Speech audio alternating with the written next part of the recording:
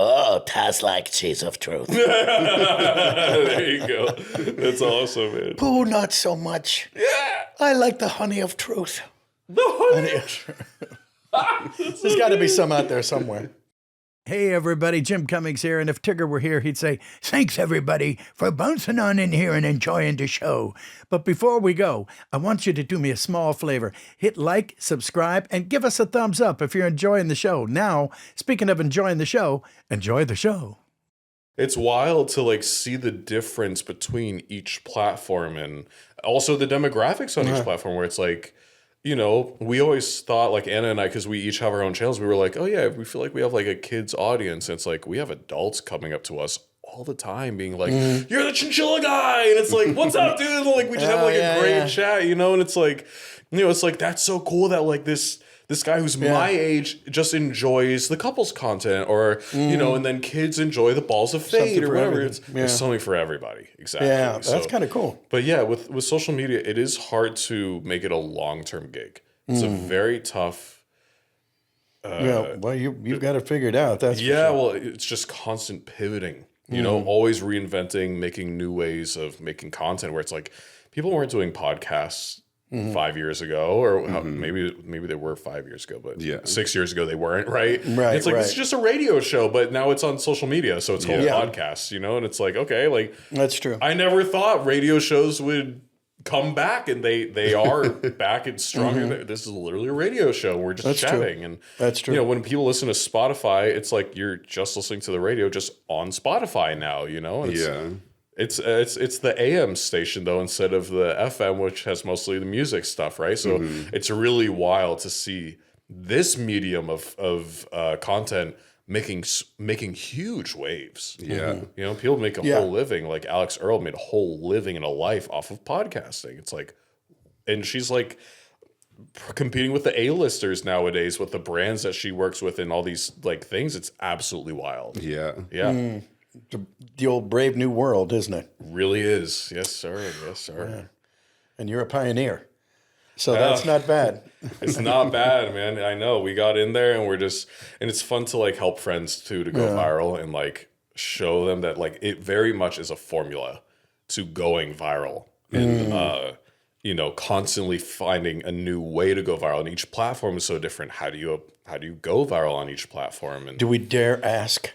Yeah. The formula for any given platform? Yep, this works on all of them. Can you divulge? Yeah, 6.3 seconds to 8.4 second videos, 2 shorts a day, every single day for 6 months on YouTube. And you want to make sure that the watch time is over 100%, and you'll be good to go. That's it. That's all you have to do. You're welcome. That's like the old Steve Martin joke. Well, how do I get rich? He goes, well, okay. First, get $1 million. Yeah. Now, from there, and then, you know, I know. Ouch. It is very oversaturated nowadays. I feel like there's so many people that have like 100,000 followers nowadays. And like before I started on social media, when I was a junior in college, I'd see somebody with like 100,000 followers. They're getting paid like $100,000 to post a photo on their Instagram, like with like a Home Depot thing. And it's like, $100,000 for 100,000 followers? That's amazing. Like, and then I was like, okay, now that I have 10 million followers, I should be set for life, right? Nope. Nope. How come? It's I don't get it. Ever growing.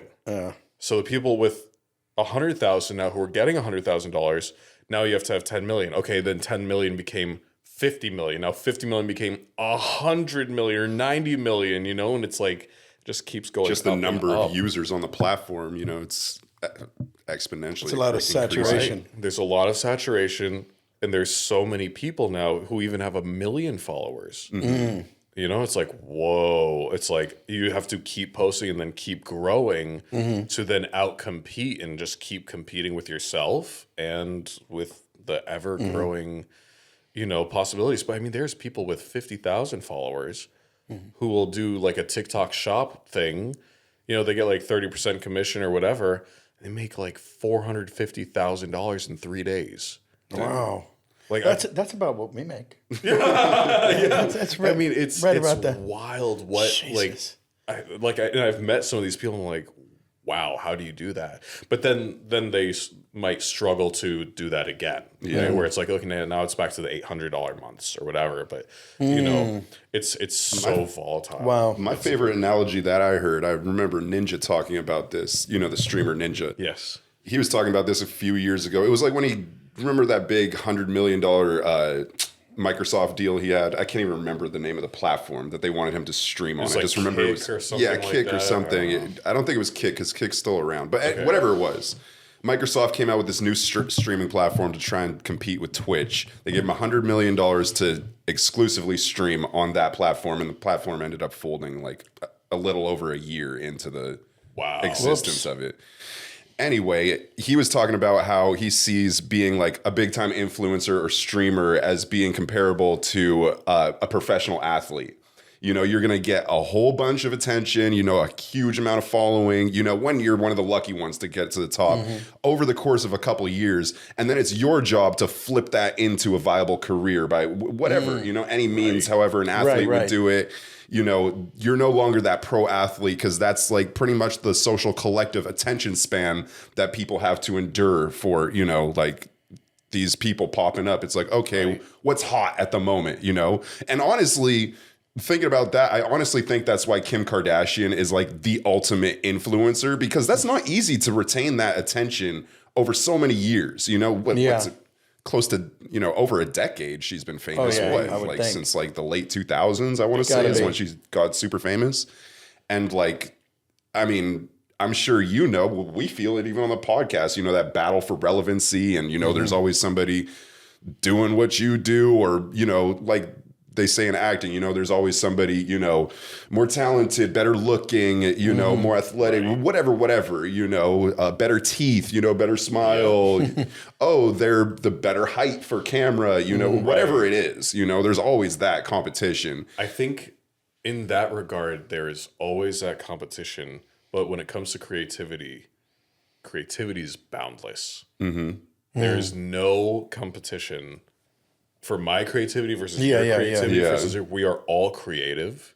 And so it's limitless. It's totally infinite. Well, I want to push back on that because, that's, I get what you're saying, but also there's like a finite amount, you know? Also, at the end of the day, you like look at like a director like M. Night Shyamalan. Like, he doesn't have what he used to have, you know? Like, he's not capable of telling those stories anymore, in my opinion. I don't know. Maybe there's some diehard, but I feel like, you know, his newer stuff doesn't compare to like, you know, the old M. Night Shyamalan with that big twist, you know? And I think kind of life just takes over. I think that's natural for kind of anybody, you know, except that rare like 0.001%, like the Tom Brady or something, you know, like just to be so hyper focused on one skill set for your whole life and continually finding that passion, you know, to come back and, like you said, reinvent, find a new angle, stay hip even, you know, like we see that struggle a lot. I think with the creativity being balanced in these means, right? Like what you're talking with M. Night Shyamalan, right? It's like it might become stale. It might become irrelevant, like you guys were saying. Predictable. But there's always a way to pivot. And realizing, I think a lot of people are afraid of breaking the box that they've created for themselves. So like if I only kept doing the Karen series and then I was like, I have to keep doing this, and then waiting from the 70 million to become 7 million to become 700,000 to become 70 to become 7,000, right? And it's like, no, but my audience, they want to like, they don't want to see the cat dancing video. It's not going to pop off and go viral. It's like only you can stop yourself. Only you can create a box for yourself. Because especially with social media, and for any of you who are on social media who are stuck in a rut, don't worry about starting a new series because your audience won't even see it. They won't even. Can I swear? Yeah, sure. They won't even fucking see it. They won't. It's on the For You page if you're on TikTok. It's on the Reels page if you're on Instagram. It's on the Shorts page if you're on YouTube. And your audience won't see it because they're pushing it out constantly to new audiences. Sure, if you're doing long form movies, long form even on YouTube, like the podcast, and you guys start posting vlogs, sure, you might get some people being like, but I wanted to see the podcast. Right. But I wanted to see the twist from M. Night Shyamalan. Why isn't it? Blah, blah, blah. It's like, The only person who will notice really, though, at the end of the day is you. And so you have to compete with yourself. If you compete with yourself and forget about who's taller, who's more athletic, or who's more whatever. Absolutely. Again, or who's more beautiful. You know, I always used to like be on TikTok and I was like, man, I'm just not a pretty girl. Like I can't do what they're God, doing you too, and I can't. I have that same problem. Yeah. And then I was like, how am I supposed to compete with that? And that's when I realized like beauty is a fleeting thing, or maybe bodybuilding is a fleeting thing, like our whatever, right? But creativity will always be there. No matter how old you are, no matter how young you are, no matter what set of circumstances you're in, you'll always have the ability to create something new. Yeah, well, talent, will out. Exactly. Talent usually rises to the surface. That's right. And so it's always finding a new medium and a new ways of conveying that. So maybe with M. Night Shyamalan, if you're saying like, well, it feels like it's stale, or it feels like there's not that twist where it's like, okay, well, maybe he had to go through this phase to get to his next phase. What I ultimately was trying to say is just like it's easy to lose that creative passion, I think, as life goes on. And it is. It's a skill to keep that passion for, kind of anything. It's, Well, because there's pressure. yeah. As soon as you start getting successful, you have eyes on you, like you were saying, and then there's that pressure of, wait, I can't fail them. I can't fail. It's like, don't ever be afraid of failure. Embrace failure like an old friend. We all go through it since the day we're born. Yeah. Ever since we start trying to walk, Yeah. we face failure. So failure's an old friend. But I do think the biggest thing for people, especially people who are trying to become in the entertainment industry and do this full time, is that fear is the only thing that will ever stop them. But fear is just a reason to pursue it. Take all of that energy from fear and turn that into boldness. It's like everything has an opposite. Like love's opposite is hate, right? And it's like happiness's opposite is misery, and fear's opposite is being bold. And so all of these things that we think there's boxes around, we created those as humans. Absolutely. We all created them as a society, so we have to just break down our own walls where it's like, for athleticism, it's like, okay, sure, maybe there will be somebody more athletic in the future, but right now you got to take that. Or if you're an actor, it's like, well, maybe there's going to be somebody more beautiful or somebody more talented, but no one can compete with you except for yourself. At the end of the day. And you've said very similar sentiments, Jim, about like just being the best that you can be, and you can't control anything outside that. That's all you can control. Yeah, I mean, the way I look at it is every audition and then every job that came from that is the Super Bowl. Every single one is the Super Bowl. That's right. And you can't phone it in. You can't, because that's somehow or another that comes across to the listener, to the audience, to the viewer.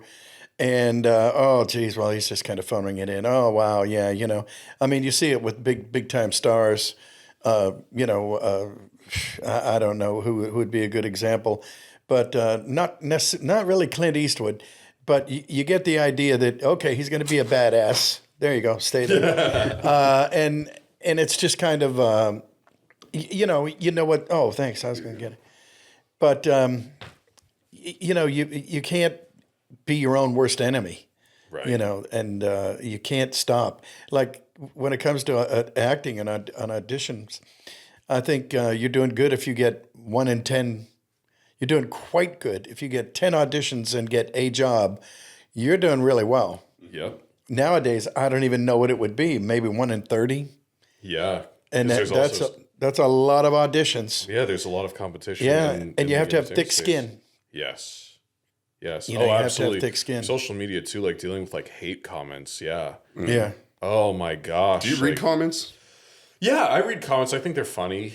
Yeah. I think hate comments when they are funny. Yeah. Yeah, when they're funny, like, they're funny. People will say like such heinous things. Yeah. I'm like, that's pretty creative. I'll be like, wow, how did they think of that? Like, oh my gosh, professional haters. Yeah, like I'll get DMs that are like 30 pages long of like why I should like myself. You know what I mean? And oh my gosh, and I'll be like, dang, they really like they really gave this some thought. They spend like an hour at the minimum on this. I was like, that's sweet. Don't never, they would never say that to you in person, though. But people say kind things all the time in person. They'll never say something heinous to your face. It's only in the comments. That's why I don't even really read the comments. I always think, I'm like, I wonder who hurt them. Like, I wonder what they're going through today that they they really needed to get this out, you know, Yeah, off their chests, you know. And then honestly, I've had a lot of people too where I'll read comments. Actually, one time somebody commented on Anna, my fiance's post, and they're like, Nathan blocked me a long time ago because I said something really awful to him on his video. This is when I was like a lot smaller, and they were like, I just want you to know, Nathan, if you're seeing this on Anna's page, I'm really sorry. I was very young. Like they said, like they were like, I was 13. They're like, I'm like 20 now or whatever, 18. I don't know, whatever, years later, right? They're like, I just want you to know I am so sorry. And that's the thing is that it's like they were just going through something that day. It's like, I'm not going to judge you for going something, through something that day. Like, Robin Williams said it best. He's like, you just be kind because you never know what somebody else is experiencing that day, you know? And that is something that I'll always live by because it's like, look, I'm not going to judge you. Like, it doesn't do anything to me. Yeah. You know, Anna's definitely impacted, and a lot of our friends are they'll stop their careers because of the hatred that they're getting for no reason. It's like, oh, they did like a makeup look, and you know, they're like, you're a terrible artist, blah blah blah, and it's like they're just like, I'm done, I can't handle it anymore. It's like, no, you don't want to do that. You know, it's like, man, that's so sad because what a gift you have with the world, like that you've been sharing and making people feel impassioned by, or like, you know, motivating, or like I'll get DMs saying like, dude, I see that you're bald. And it like, you know, I'm like, okay, hold on. Okay. Where are you going with this? Okay, yeah. No, but they're like, he's like Batman. They're like a detective. They're astonishing. Exactly. What a revelation. Yeah, right. It's good like, for you. Where'd it go? But no, they're like, I see that you're bald, and like you're not afraid of like being on camera and like making cute, funny videos for the world. Yeah. And it's inspiring. It's made me feel so much more confident. With my, like, because they're like just starting to lose their hair or something like that, right? Yeah. And that's what they said. And they're like, because I just started going bald myself, and I've been so insecure, but seeing how happy you are, seeing you're in a healthy relationship, like seeing that you are, you know, making it in the world, and that you're just happy, like that makes me feel so much more confident. Is bald considered ugly? I've never even thought of like bald being like, well, I think bald's a thing a now. negative thing. Bald is beautiful. Well, yeah. Well, it's a thing. I mean, people shave their heads. Yeah, if Dwayne Johnson's bald, I was just about to say, look at The Rock. Yeah. Jason Statham. Terry Crews. Jason Statham. Yeah, There's so many baldies. Lex Luthor. Yeah, Lex Luthor. Yeah. But you know, I think that people, when they're starting to go bald, they get really insecure. For me, I actually always had like a buzz cut. I always had like short hair. Yeah. It just felt like, for me, it was always just like a nice, very freeing feeling to not have to spend money on a haircut. I could just buzz it myself, you know, and you know the effort of like I have a style or whatever. But like I still have hair. I just shave my head because I just Well, I just had a transplant from my back. Yeah. And now I'm fine. See, all of my hair just went to my back. It migrated south. Yeah. Like, so, you know, I still have it. Yeah, I still have it. Exactly. But, you know, it's really amazing the way that you can touch somebody's life or touch their heart just through the screen. And it's like, I didn't ever think about making like motivational speaking about being bald, but I get a lot of DMs about that, you know, and it's so nice to get to see. Or like Anna has a very unique nose, and you know, she did a video, or I filmed a video from her side profile, and she got thousands of DMs saying, I have a nose just like you, and I just wanted to say you made me feel beautiful today. You know? Wow. That's wild. A lot of like young girls, and it's like, that's amazing that she's inspiring whole generation to be confident in themselves, where you know, it's like, you know what, I don't need a nose job. I like that I was just born this way, and I am beautiful. God already gave me a nose job. Sure, yeah. Here it is right now. Exactly. It's I've like, got it with me. Exactly. Oh man, that's funny. So, it's so cool, the power of social media or direct media and the way that. And you never know who you're going to reach. That's right. You never ever know. That's right. I mean, I'll get letters. I'll get posts, and it's saying that, you know, when this one line or whatever from Winnie the Pooh or Darkwing of Duck or any character got them through a tough time in their life. There was one I'll never forget that these kids swear up and down that the Disney Afternoon saved their life because they had a video recorder, and there was like 4 shows: Chip and Dale, Tailspin, Darkwing, bunkers, and they would record them all. And they lived in the worst neighborhood in the world, I guess. And the bus would drop them off, and they were half a block away. So they'd run to their house, go in, lock the door, rewind the tape, and then by the time they watched all those 4 shows, their mom was home. So their comfort zone was there. Yeah. And they said that the Disney afternoons saved their life. And all we thought we were doing was making cartoons and having a good time. And Right. But it kept them in the house, kept them safe. And thank you, Lord. And I hope you guys are Yes. listening. And Yeah. I still remember you. So thanks. Oh, Yeah. it's amazing. And that's, I think, the You never know. most beautiful part of it all Yeah. is that you were having fun. You were having a blast. And with what we do too is like, You too. if we don't have fun, the videos don't doesn't go project. viral. Yeah, it Yeah, doesn't. it reads like, oh, this is stale. Yeah. Just like the M. Night Shyamalan thing, phoning where it it's in. like, It's just stale. It's like, oh man, like they're just doing this to try and get views. But like, it's like, no, we're trying to make people laugh. But yeah, if we're not having fun, they're not having fun. And it's Yeah. amazing that you were having fun and it led to them having fun. Oh, yeah. That's a beautiful life right Yeah, there. absolutely. Yeah. I always say it's the stuff used to get me kicked out of class. Yeah, that's right. Oh, same, man. Oh, dude, I was such a class clown back You too? Always. really? Always. Yeah. Always getting in trouble. Yeah. Yeah, but I bet you got good grades. Oh, like I was saying, grades don't matter. Yeah. let me finish. Let me finish. Grades don't matter. I got Same here. A's and B's, mostly B's. Oh, really? yeah. So not Oh, terrible, that's not terrible. great. Yeah. It was I got solid. D's and F's, mostly F's. Yeah. But I don't know if I've said this before, but there was a movie called Peggy Sue Got Married years ago, and she went back in time somehow and was 16 again. It was Kathleen Turner. It was a pretty good movie, and she was reliving her high school days in some fashion or another, and she was in algebra class, and she pretty much paraphrased what I actually told Sister Ellen Rose when I was a sophomore, and she's going through the machinations, doing this and that. She's not handing in her homework. She goes, Peggy Sue, this is the 3rd day in a row you haven't hand in your algebra homework.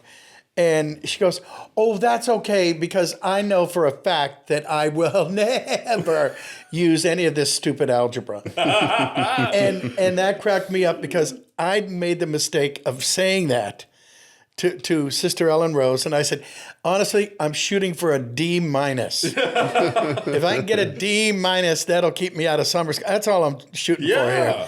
And of course, I got an F. And I went to summer school. Oh, that's terrible. How was it? It was like summer school. Oh, I hate that. And then, true story, I failed in summer school. No. So you had to do Had to winter do it school all over again. Yeah, then Winter school. No, that's double yeah, worse, it was man. called Take It Again Next Year. No, then I took business math and Oh, cool. got a D-. Very good. And we all need business math. yeah. What the hell is that even? Yeah, I have. Talking to an arts major, I have no idea. Quantitative Yeah. reasoning and stuff, statistics. Yeah. Yeah, Oh, well, man, that's Catholic school, you got to be well-rounded. Absolutely. And, Yeah. and oh, now man. I am, so. Yeah, I remember in grad school as an opera singer, it was kind of the culture where it's like, look, these get degrees, we're here to sing. We already took all of our music history in undergrad, our music theory, like ear training, everything. And it Did that help you? Music history? it helped me learn how to learn. Oh, It helps me learn how to okay, learn. that counts. But no. Yeah, that's kind of what I was thinking. Yeah, not really. No, Yeah, no. I'm familiar with it to an extent. And it was like, okay, Yeah. okay. Yeah, it helped when I went to Italy recently and I was like looking at like liturgical like art and there was music and I was like, I know how to read that.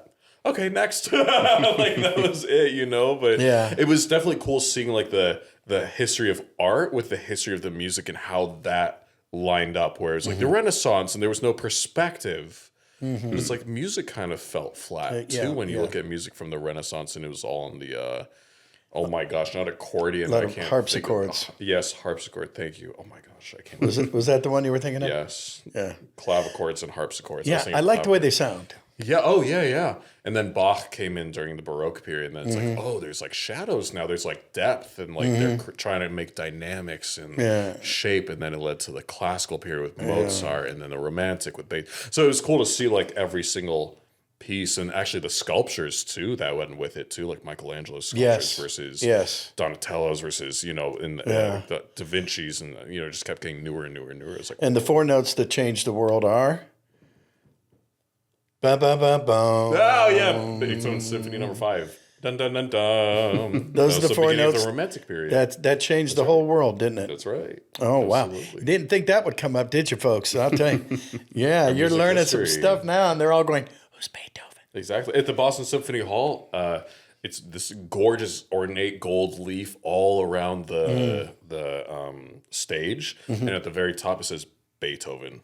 Because he changed the game. Yeah. He really changed the game for it all. And that's what social media is too. It's totally changing the game, bringing in a whole new perspective, a whole new way where it's like I don't think the concept of celebrity will ever die out, but it definitely has changed the shape of celebrity. What I mean by that is if we look at it like a, statistical graph, right? Or it's like, along the x-axis we're going, and then y just shoots straight up. It's like, and right back down 3 days later. Next person, Liver King, and then it goes back down. Alex Earl, and it's back down. And, it's very quick on social media where it's like you basically have like an A-list level of fame, like the Hawktua girl, where it's like she had to get security guards for a while. I don't know how that's gone, but like, you just don't really hear about the Hawktua girl anymore. Whereas like that was a year where it was like it's all about the Hawktua girl, and before that it was Bella Porch, and before that it was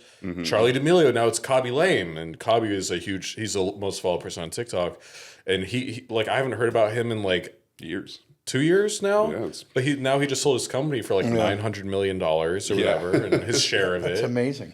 It's like now we hear about Kabi again. It's like A-list. It's like 2 weeks later. It's like, okay, bye. Yeah.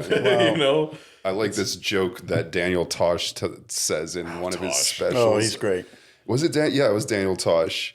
And this is a special years ago. I mean, I think I was in college still. It was like 2012 or 13. Anyway, he's like, they say everybody gets 15 minutes of fame, right? He's like, no, that's an average. Yeah. He's like, 0 for you, for you, for you, for you. 2 decades, 0, 0, 0, 0, 0. Oh, that's good. Now it's literally 15 minutes of fame. Like there's this girl called Brit Barbie, and she was like, Brit Barbie, and she just did this one video, period, period, and she wore like like a very like she had a very specific like look like of the makeup and like a her Barbie. Sure. For I don't know. she put like a question mark over my head. Oh.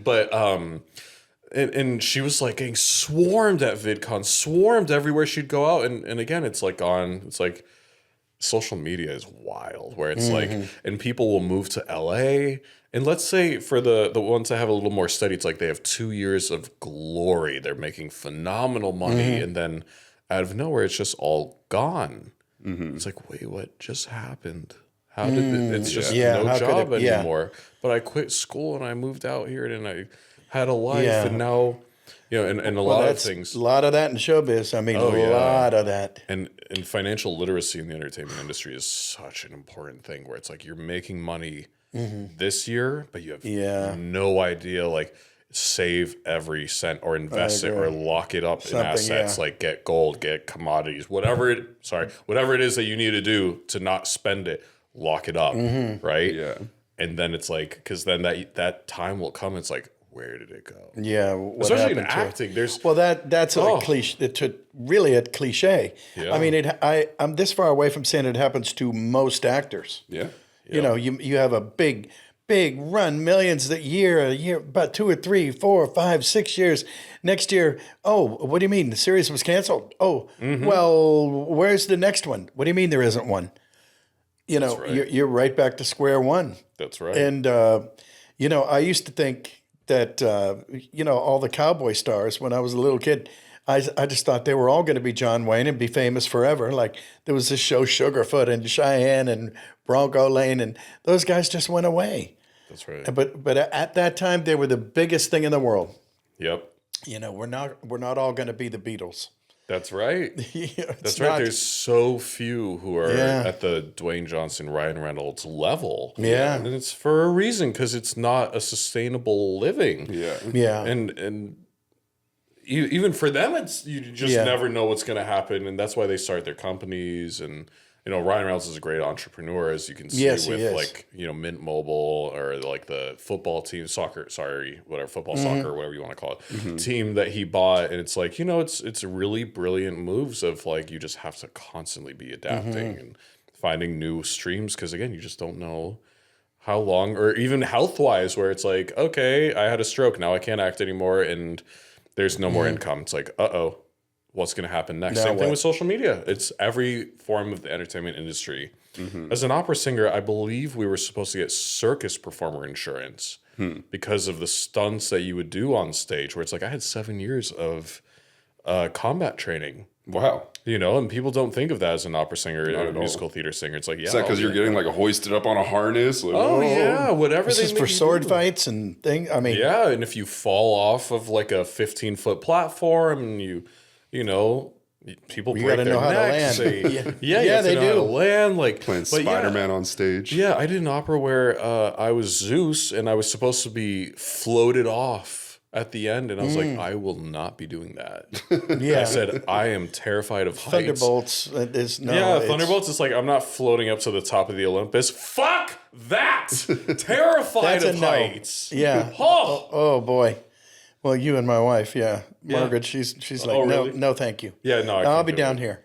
Yeah, but even planes scare me sometimes. Oh, But after a while, I'm like, okay, this is really nice. Like, I actually love seeing like the world from above. It's so nice. But yes, it is. also, I agree. I don't know if you know this, but in videos, if you change your volume levels like this, then it'll get more views.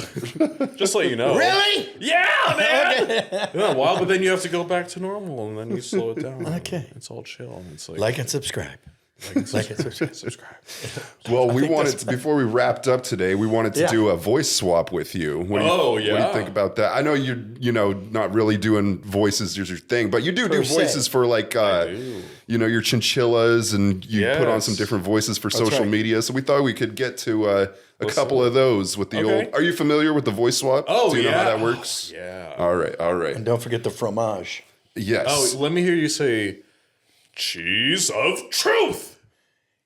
As who? Oh, wait a minute. Monterey Jack. Okay. Was Monterey- Chickadee Rescue Ranger. Yeah. He was a cheese meister, an Australian mice. Cheese of truth, mate. That's amazing. Oh you my have it. gosh, it is so Good old good. Monterey. How would Taz do it? Oh, tastes like cheese of truth. There you go. That's awesome, man. Oh, not so much. Yeah. I like the honey of truth. No, There's got to be some out there somewhere. that's amazing. We got to create you a series called The Honey of Truth. And you take the little honey wand and it like spells out a message. Swing. Actually, that was never mind. The honey of truth. How do you do your poo? The honey of truth says you're gonna have a wonderful day. Like just easy as that. That's true. Oh, you know how many views that would get? That would get like 20 million views the first time you post it. We gotta Okay, do well, it. we'll be doing that in the morning then. Yes. Yes. What's 'Cause he another one? knows.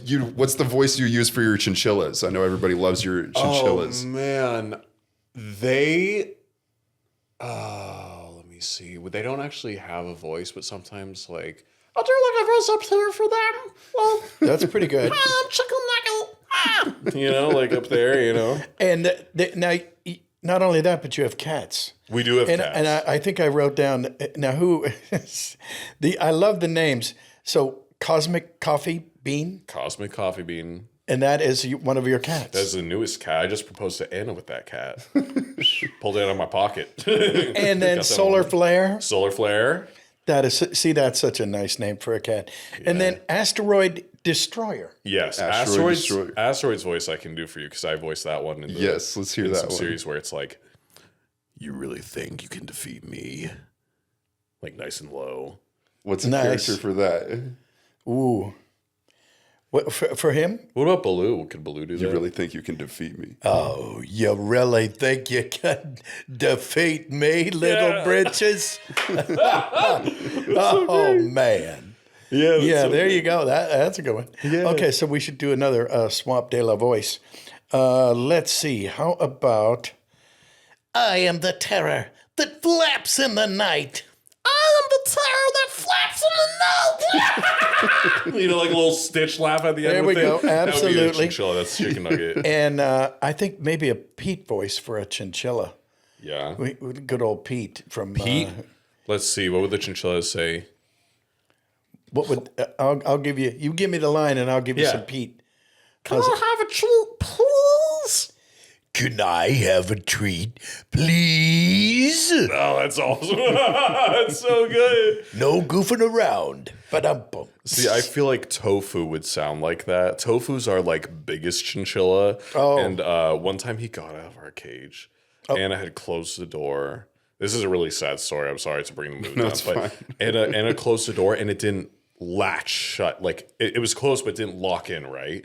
And so they do this thing called popcorning, and so they bounce off the wall. So they'll like jump, like, and it's like very spastic. And they jumped out, and all of the chinchillas had gotten out of the cage. They can't do this anymore, by the way. But there was a mouse trap behind the fridge. And Tofu, the fattest chinchilla, he's like the size of a literal puppy. He's like this big. Chinchillas are normally like this big, like guinea pig. He's like this big, and he got his toes caught in it, and now he's got the shaka forever. Oh no! Because they had to Amputate. They little were guy. half off. He had to get them amputated. Well, at least he didn't get fully moused. That's what I thought that was going. I know. Yeah. But no, he's totally fine. But he's just got some shaka going on. And it's like I see him in my head as like one eye sounding like Pete, and he's like a real goofball of a guy. Oh, jeez. That's Tofu. Well, you should give him some Kung Fu Cow for a voice swap. Ooh, Kung Fu Cow. Oh man. Well, I think you should. Because I think you. No, I don't want to spoil it yet because things are in the works. Oh, okay. Things are in the works. Okay, that's a teaser. Okay, stay tuned. TOONED. Damn it. Oh, I love that. Yeah. Yes. And shall we segue to the cheese of truth? The cheese of truth. Yeah, we wanted to do a cheese of truth with you. Okay, let's do okay. it. All right. So how are we? Okay. So we'll should we do record. this? We'll record the cheese of truth, and then we'll show it right here. Yes. We'll put it in. There we go. I feel like we should have Jim Now say you're it. watching the cheese of truth. Yeah. And now, the cheese of truth. Jim has to wax. Jim, you got a wax? You don't have Not to wax. necessarily. Yeah, don't do it. I'd rather no. Use But nair. the cheese said you had to, so... Yeah, but it's not necessarily the cheese of truth. It's mostly the cheese of suggestion. Okay, yes. I think. Cheese of suggestion. I like that sound better. Yeah, That it sounds so much rolls better. off the tongue. Absolutely. Ooh, I'm in trouble. So what's next for you? What do we have to look forward to? Man, I have some secret squirrel stuff that I'm working on right yeah? now. Some stuff with you guys. Yes, indeed. Yes, indeed. Some other stuff. Well, I'm planning a wedding.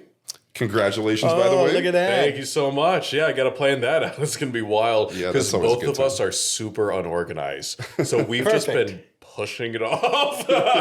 Like, Anna's like, I want to get married to you, but like, do we have to do like a whole wedding? I was like, kind of like, she talked to her mom. You She's got to like, include "Yep." the I do's. Yeah, exactly. Those have to be in there. They have to be in there. So yes, we're gonna plan that out somehow between our laziness schedules and figure out how when this can be 2027.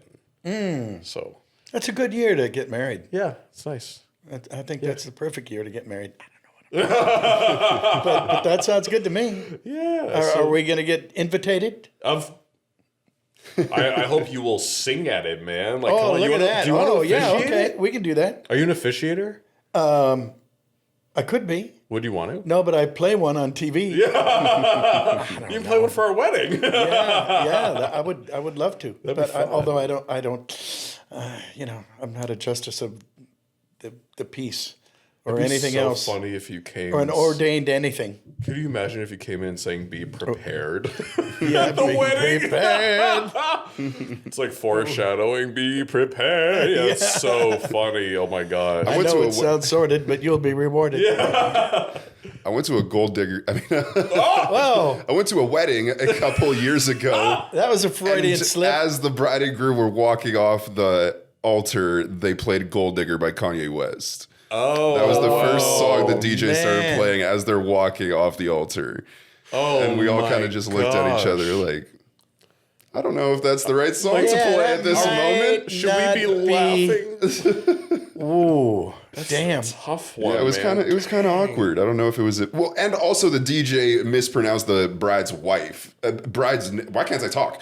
The bride's name. Oh my Also gosh. announcing her name, he mispronounced it. Yeah, and her name was I was Joan. like, did you had I mean, you had a that's what I don't know. He said Joanne. Yeah, you had a rehearsal, right? Like, right. Wouldn't you go over the pronunciation of like the that two most name? important people, the most important person at the wedding? The most important is the bride. Yeah, for sure. that's right. No, let's just wing it. Go for it. I know.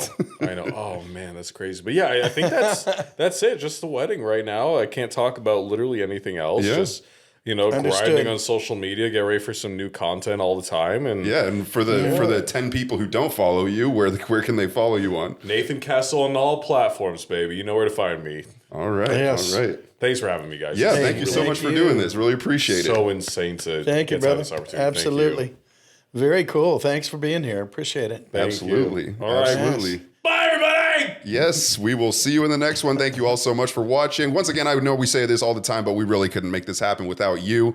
Really appreciate it. If you like this content, please throw a like and subscribe our way. A lot of you watching are not subscribed, and that's not so good because Breaks our for heart. you, because YouTube's a weird website, like I said in the beginning, where you can literally watch something and then the website, the app, whatever you're watching it on never recommends it ever again. So for your sake, if you like this content, be sure to like and subscribe. And if you like it so much that you want to see more, you can check us out on Patreon. We have bonus footage, additional episodes, giveaways, contests, all that good stuff.